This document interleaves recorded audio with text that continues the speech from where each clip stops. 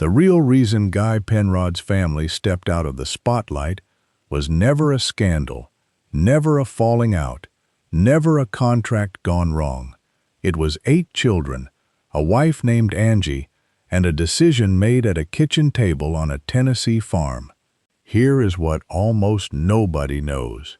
Bill Gaither bent the entire touring schedule of the Gaither Vocal Band so that Guy could be standing in the room for every one of those 8 births.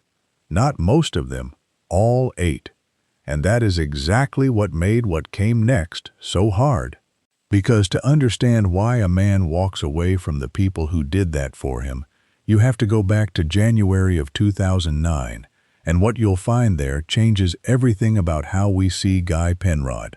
Before we go any further, if you love the untold stories behind gospel music's greatest voices, go ahead and subscribe right now. We share stories like this one every week. And next, Bill Gaither's own children sit down together for the very first time to talk about what it was like growing up in the shadow of one of gospel music's greatest legacies. You won't want to miss that one. If you have ever heard Guy Penrod sing The Baptism of Jesse Taylor, you don't need anybody to explain to you who he is.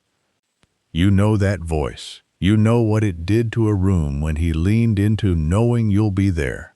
You know the way an arena would come to its feet when the vocal band started Alpha and Omega, and Guy stood there in the middle with that long silver hair and sang like the roof was optional.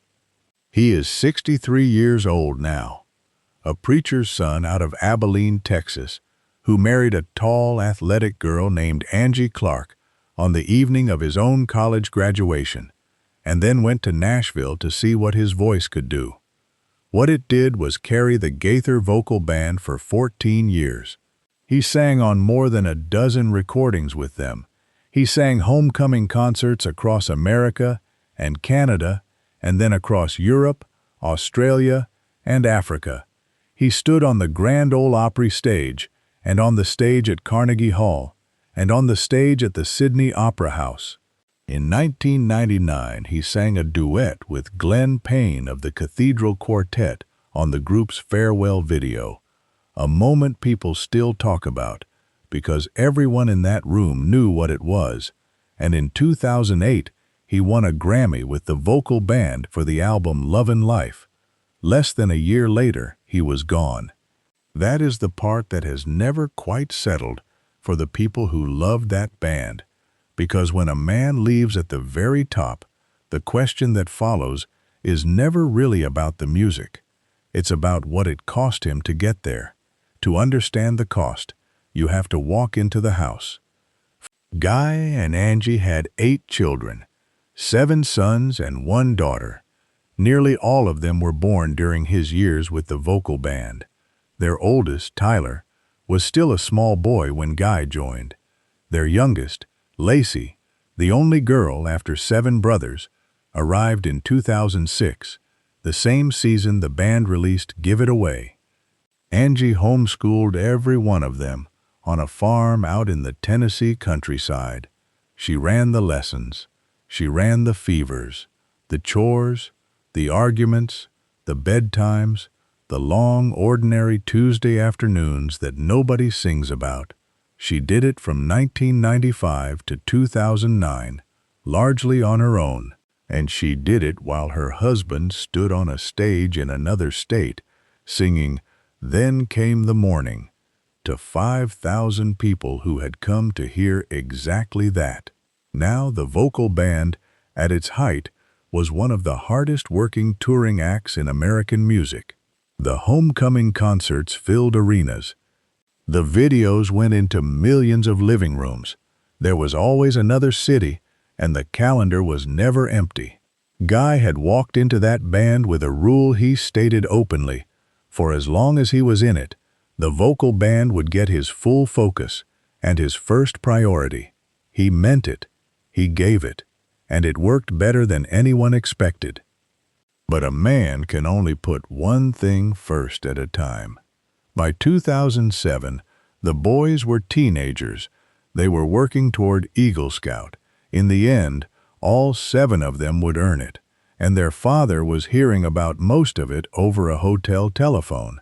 He was singing "Sinner Saved by Grace" in Louisville while somebody at home was learning to drive. Somewhere in that stretch, Guy stopped counting concerts and started counting something else. Not shows left on the schedule, Christmases left in the house.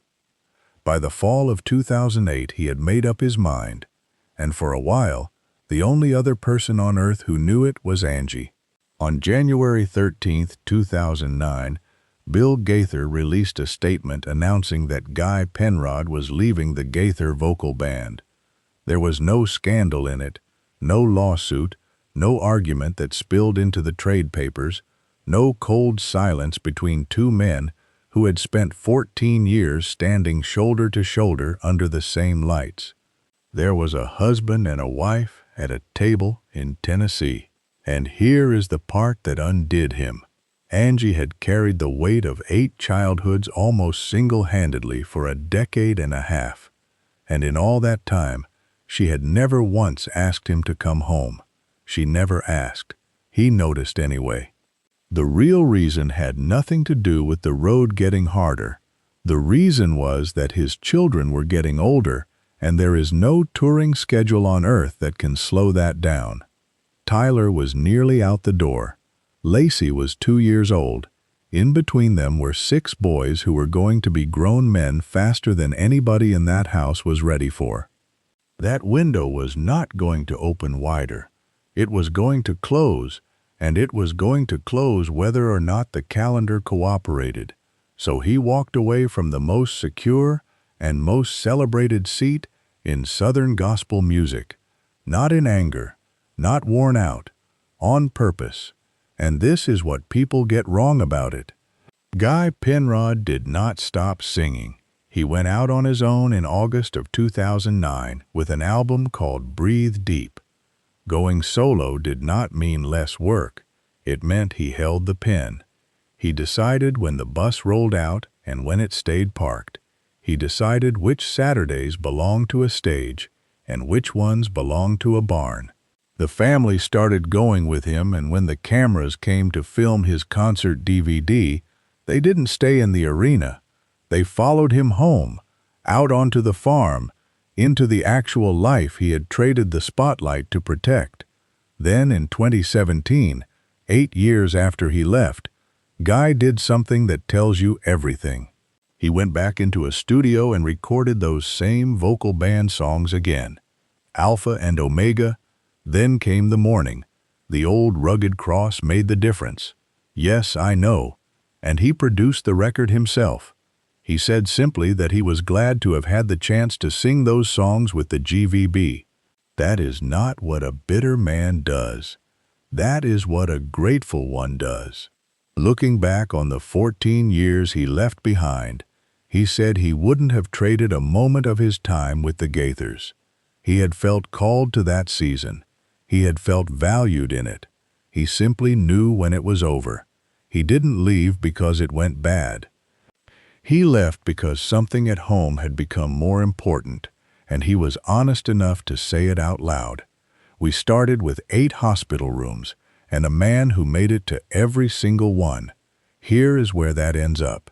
In September of 2015, Guy and Angie's oldest son Tyler got married on the family's own farm in Tennessee. And the man standing up front performing the ceremony was his father. He didn't fly in for it. He didn't miss the rehearsal. He was already there, because by then, that was the whole point. 7 Eagle Scouts, a daughter grown, weddings on the same ground he'd chosen over the arenas. That is what he bought with the years he handed back music. And it tells you something true about this gospel music world we love. These are not celebrities who happen to sing hymns.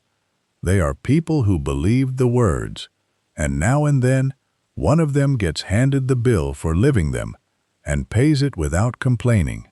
Which brings us back, as these stories always do, to Bill Gaither. Because Gaither did not just build a band, he built a place where a man could be sent home for the birth of every child he had, and where, When that same man finally said, "It's time for me to go," the answer was a blessing instead of a fight. That's not management. That's friendship. They would end those homecoming nights the same way for years, all of them around the piano, singing "Because He Lives." Guy Penrod sang that song 1,000 times. He just decided, one January, that he'd rather live it than sing it.